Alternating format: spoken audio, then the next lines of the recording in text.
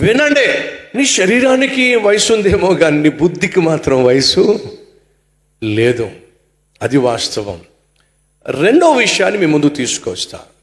జీవిత ప్రయాణంలో, నీ జీవిత యాత్రలో ఎక్కడ నువ్వు వీక్గా ఉంటావో సైతాను జ్ఞాపకం పెట్టుకుంటాడో దాన్ని ఏదో ఒక సమయంలో మళ్ళా నువ్వు వీక్గా ఉన్నప్పుడు తీసుకొచ్చి నీ ముందు పెట్టే పడేస్తాడు. కొంచెం ముందుకు వెళ్దాం.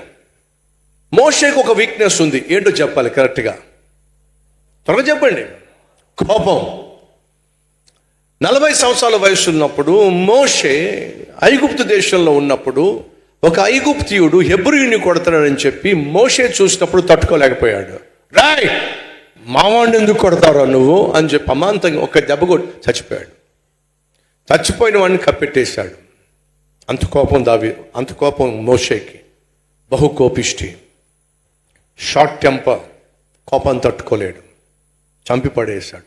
ఈ వార్త కాస్త బయటకు వచ్చేసరికి ఫరో ఎక్కడ చంపేస్తాడేమో అని చెప్పి దావీదు ఆఖరికి తాను చేసిన పాతకాన్ని బట్టి, కూనీని బట్టి, కోపాన్ని బట్టి అమ్మకు, నాన్నకు, సోదరులకు, సహోదరులకు, కుటుంబానికి అందరికీ దూరం అయిపోయి 40 సంవత్సరాలు అరణ్యంలో బ్రతకాల్సి వచ్చింది. తన కోపము తన కుటుంబాన్ని దూరం చేసింది.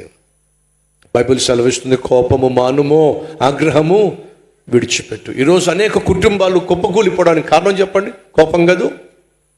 భర్త ఇష్టం వచ్చినట్టుగా మాట్లాడతాడు, భార్య ఇష్టం వచ్చినట్టుగా మాట్లాడితే, ఇద్దరు ఇష్టం వచ్చినట్టుగా మాట్లాడతారు, ఎవ్వరూ తగ్గరు. ఒక మాటకి 10 మాటలు.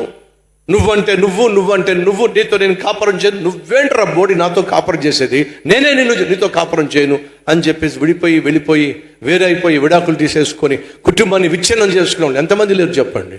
ఈరోజు కూర్చున్న వారిలో కూడా నువ్వు ఒంటరిగా వచ్చి ఇక్కడ కూర్చున్నావు.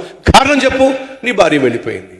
కారణం చెప్పు, నీ భర్త వెళ్ళిపోయాడు, దూరం అయిపోయాడు, వదిలేశాడు. కారణం చెప్పమంటావా? నీ కోపం వల్ల, నీ ఆవేశం వల్ల. ఒక మాట అంటే నువ్వు తట్టుకోలేవు. ఎందుకు తట్టుకోలేకపోతున్నావు? నీకున్న ఆవేశం అలాంటిది, నీకున్న కోపం అలాంటిది, నీకున్న గర్వం అలాంటిది. ఆ మనిషి అంటే నేనెందుకు పడాలి, నేనెందుకు సహించాలి? కోపం, ఆవేశం ఏం చేసింది నిన్ను? ప్రేమకు, అనురాగానికి, ఆప్యాయతకు, కుటుంబానికి, కుటుంబ వ్యవస్థకు, భర్తకు, భార్యకు, బిడ్డలకు దూరం చేసింది. నిన్ను అనాథన చేసింది. 40 సంవత్సరాలు మోషే అనాథగా అయిన వాళ్ళందరికీ దూరంగా అరణ్యంలో జీవించాల్సి వచ్చింది.